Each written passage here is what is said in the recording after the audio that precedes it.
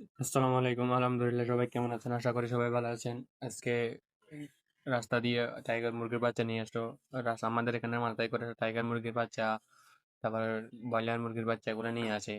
আমি দেখার সাথে সাথে বললাম, ভাই দাঁড়ান, ৮ পিস বাচ্চা নিলাম।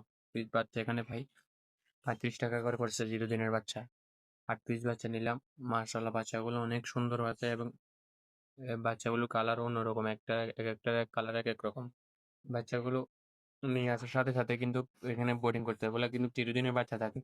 আমি নিয়ে আসার সাথে সাথে কিন্তু বোর্ডিং করলাম, লাইসোবিট দিলাম ১ লিটার পানিতে, ১ লিটার পানিতে ১ গ্রাম করে। তারপর খাদ্য দিলাম, তো জিরো খাদ্য। বাচ্চাগুলো বোর্ডিং করা মানে আলহামদুলিল্লাহ, বাচ্চাগুলো হৃষ্টপুষ্ট আছে, কালারটাও জোস। এদিকে আলহামদুলিল্লাহ আমার দেশি মুরগির বাচ্চাগুলো সুস্থ আছে। আলহামদুলিল্লাহ, দেশি মুরগির বাচ্চাগুলো অনেক বড় হয়েছে। আজকে ১ মাসের মতন আর কি। ওই মাসের ১ তারিখে তোলাইছে, আজকে মাসের ২৭ তারিখ। মোটামুটি ২৭ দিন আমার আল্লাহর রহমতে বাচ্চাগুলো অনেক বড় হয়েছে। দেখেন, ১৫ পিস দেশি মুরগির বাচ্চা।